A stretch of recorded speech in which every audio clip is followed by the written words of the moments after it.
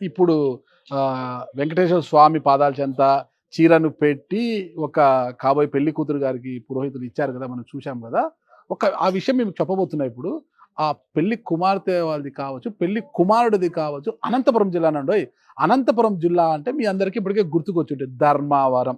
ఎందుకంటే పట్టు చీరలకు పెట్టింది పేరు ధర్మవరం. అలాంటి వారు అనంతపురం జిల్లా వాళ్ళు టక్కుమని అలా ధర్మవరంకి వెళ్ళేది. అంతే ఒక హాఫ్ అన్ అవర్ ప్రయాణం నుంచి అరగంట ప్రయాణం నుంచి గంట ప్రయాణం అంట. అలా వెళ్ళి ధర్మవరంలో కోరిన చీర తీసుకునే అవకాశం ఉన్నా కూడా ఇక్కడ హైదరాబాద్‌లో ఉన్న వారాహి సిల్క్స్‌కి ఎందుకొచ్చారు అంటే ఇక్కడ డిజైన్‌లు బాగున్నాయంట, క్వాలిటీ బావుందంట.